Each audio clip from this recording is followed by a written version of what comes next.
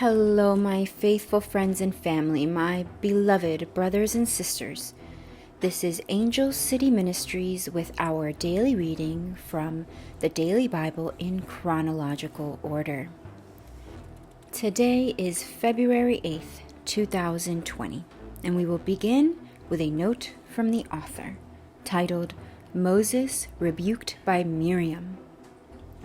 While the Israelites are encamped at Hazeroth, it appears that Moses has married a Cushite woman, perhaps a dark-skinned offspring of the Hamites. Whether Moses' first wife Zipporah has died or whether this is a second wife is not given. But Moses' sister Miriam, who had saved Moses in the river back in Egypt and has since become an influential prophetess among the Israelites, is clearly upset by Moses' choice of a spouse. Her reasons are not stated and do not appear to be of any particular religious significance, but her opposition to Moses draws God's judgment nevertheless. Aaron once again seems to demonstrate a certain weakness of character in going along with his sister, somewhat as he had done with the Israelites in making the golden calf. His lack of punishment may indict only a secondary role in the dispute against his brother and co-leader. Miriam and Aaron began to talk against Moses because of his Cushite wife, for he married a Cushite. "Has the Lord spoken only through Moses?" they asked. "Hasn't he also spoken through us?" And the Lord heard this. Now Moses was a very humble man, more humble than anyone else on the face of the earth. At once the Lord said to Moses, "Aaron and Miriam, come out to the tent of meeting, all three of you." So the three of them went out. Then the Lord came down in a pillar of cloud. He stood at the entrance to the tent and summoned Aaron and Miriam. When the two of them stepped forward, he said, "Listen to my words. When there is a prophet among you, I, the Lord, reveal myself to them in visions. I speak to them in dreams. But this is not true of my servant Moses. He is faithful in all my house. With him I speak face to face, clearly and not in riddles. He sees the form of the Lord. Why then were you not afraid to speak against my servant Moses?"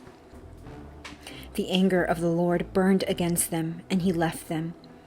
When the cloud lifted from above the tent, Miriam's skin was leprous.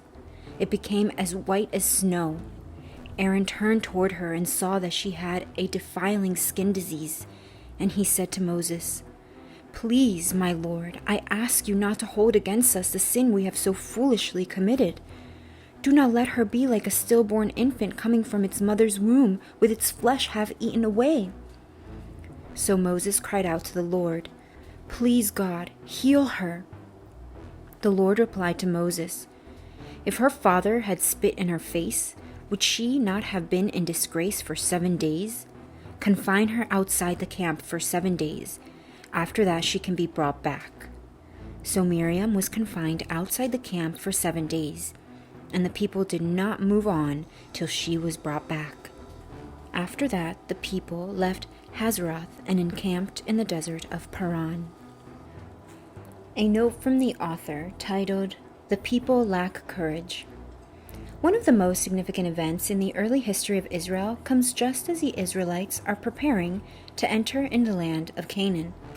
When spies are sent out to determine the strength of the Canaanites, they find impressive armies and fortifications. After 10 of the 12 spies bring back a dismal report, the Israelites become discouraged. When 2 of the spies encourage them to put their faith in God, the people become vocally antagonistic.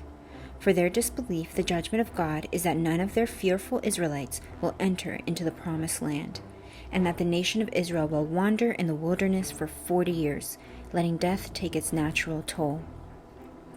Numbers 13:1.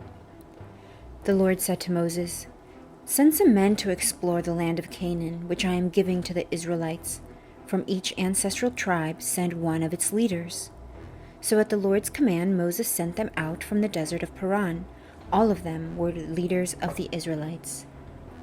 These are their names. From the tribe of Reuben, Shammua son of Zakkur. From the tribe of Simeon, Shaphat son of Hori. From the tribe of Judah, Caleb son of Jephunneh. From the tribe of Issachar, Igal, son of Joseph. From the tribe of Ephraim, Hoshea, son of Nun. From the tribe of Benjamin, Palti, son of Raphu. From the tribe of Zebulun, Gadiel, son of Sodi. From the tribe of Manasseh, a tribe of Joseph, Gadi, son of Susi. From the tribe of Dan, Amiel, son of Gameli. From the tribe of Asher, Sethur, son of Michael. From the tribe of Naphtali, Nachbi, son of Vofi. From the tribe of Gad, Goel, son of Maki. These are the names of the men Moses sent to explore the land. Moses gave Hoshea, son of Nun, the name of Joshua. When Moses sent them to explore Canaan, he said, "Go up through the Negev and on into the hill country. See what the land is like, and whether the people who live there are strong or weak, few or many. What kind of land do they live in? Is it good or bad? What kind of towns do they live in? Are they unwalled or fortified? How is the soil? Is it fertile or poor? Are there trees in it or not? Do your best to bring back some of the fruit of the land." It was the season for the first ripe grapes. So they went up and explored the land from the desert of Zin as far as Rehob toward Lebo Hamath. They went up through the Negev and came to Hebron, where Achman, Shishai, and Talmai, the descendants of Anak, lived. Hebron had been built 7 years before Zoan in Egypt. When they reached the valley of Eshcol, they cut off a branch bearing a single cluster of grapes. The two of them carried it on a pole between them, along with some pomegranates and figs. That place was called the Valley of Eshcol because of the cluster of grapes the Israelites cut off there.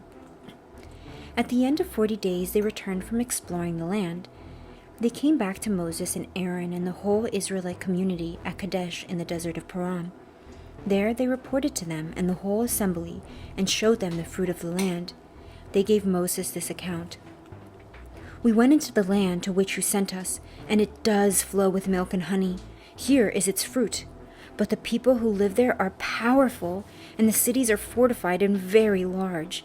We even saw descendants of Anak there.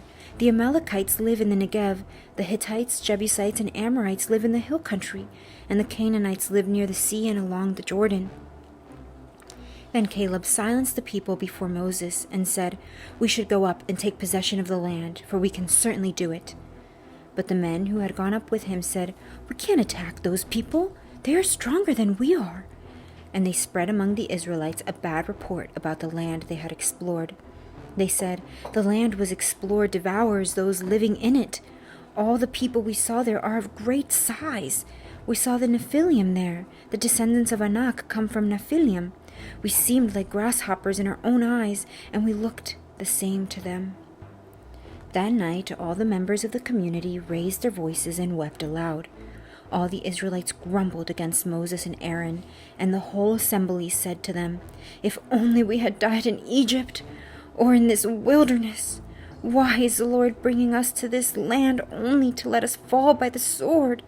Our wives and children will be taken as plunder. Wouldn't it be better for us to go back to Egypt?" And they said to each other, "We should choose a leader and go back to Egypt."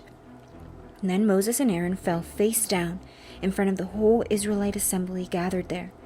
Joshua son of Nun and Caleb son of Jephunneh, who were among those who had explored the land, tore their clothes and said to the entire Israelite assembly, "The land we passed through and explored is exceedingly good. If the Lord is pleased with us, he will lead us into that land, a land flowing with milk and honey, and will give it to us. Only do not rebel against the Lord, and do not be afraid of the people of the land, because we will devour them. Their protection is gone, but the Lord is with us. Do not be afraid of them." But the whole assembly talked about stoning them. Then the glory of the Lord appeared at the tent of meeting to all the Israelites. The Lord said to Moses, "How long will these people treat me with contempt? How long will they refuse to believe in me in spite of all the signs I have performed among them? I will strike them down with a plague and destroy them, but I will make you into a nation greater and stronger than they." Moses said to the Lord, "Then the Egyptians will hear about it. By your power you brought these people up from among them, and they will tell the inhabitants of this land about it. They have already heard that you, Lord, are with these people, and that you, Lord, have been seen face to face. that your cloud stays over them, and that you go before them in a pillar of cloud by day and a pillar of fire by night. If you put all these people to death, leaving none alive, the nations who have heard this report about you will say, 'The Lord was not able to bring these people into the land he promised them an oath, so he slaughtered them in the wilderness.' Now may the Lord's strength be displayed, just as you have declared. The Lord is slow to anger, abounding in love, and forgiving sin and rebellion. Yet he does not leave the guilty unpunished. He punishes the children for their sin of the parents to the third and fourth generation. In accordance with your great love, forgive the sin of these people, just as you have pardoned them from the time they left Egypt until now." The Lord replied, "I have forgiven them, as you asked. Nevertheless, as surely as I live and as surely as the glory of the Lord fills the whole earth, not one of those who saw my glory and the signs I performed in Egypt and in the wilderness, but who disobeyed me and tested me 10 times, not one of them will ever see the land I promised an oath to their ancestors. No one who has treated me with contempt will ever see it. But because of my servant Caleb has a different spirit and follows me wholeheartedly, I will bring him into the land he went to, and his descendants will inherit it. Since the Amalekites and the Canaanites are living in the valleys, turn back tomorrow and set out toward the desert along the route to the Red Sea." The Lord said to Moses and Aaron, "How long will this wicked community grumble against me? I have heard the complaints of those grumbling Israelites. So tell them, 'As surely as I live, declares the Lord, I will do to you the very thing I heard you say. In this wilderness your bodies will fall. Every one of you 20 years old, more, who have counted in the census and who has grumbled against me. Not one of you will enter the land I swore with uplifted hand to make your home, except Caleb, son of Jephunneh, and Joshua, son of Nun. As for your children that you said would be taken as plunder, I will bring them in to enjoy the land you have rejected. But as for you, your bodies will fall in this wilderness. Your children will be shepherds here for 40 years, suffering from your unfaithfulness, until the last of your bodies lies in the wilderness. For 40 years, 1 year for each of the 40 days you explored the land, you will suffer for your sins and know what it is like to have me against you. I, the Lord, have spoken, and I will surely do these things to this whole wicked community which has band together against me. They will meet their end in this wilderness. Here they will die."